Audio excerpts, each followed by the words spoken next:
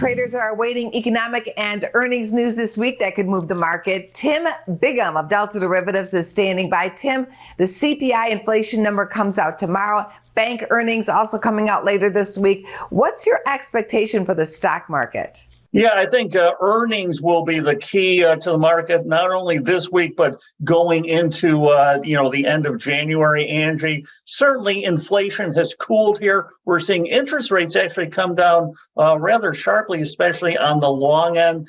Fed is probably going to talk somewhat hawkish, but I think it's going to be one and done when they meet at the end of the month, beginning of February. But earnings will tell the story, not only for the next several weeks, but I think the next several quarters. Earnings better come out decently, just given the fact that inflation has cooled and everything else could lead to a move higher in stocks, especially in the NASDAQ. What's your trade of the day, Tim? Trade of the day is in Lyft, LYFT. We have seen big repeat unusual call buying in the January options. February is when earnings come out, so unusual on that aspect as well. But I'm following along with it. Implied volatility is lifted from under 70 to almost 80 here. So going out, buying the stock, selling the very expensive at-the-money calls they have been buying. We saw 75,000 trade just yesterday. So someone looking for a further lift, I'm going to follow along with it and capture the fact they're overpaying to do so. Thank you so much.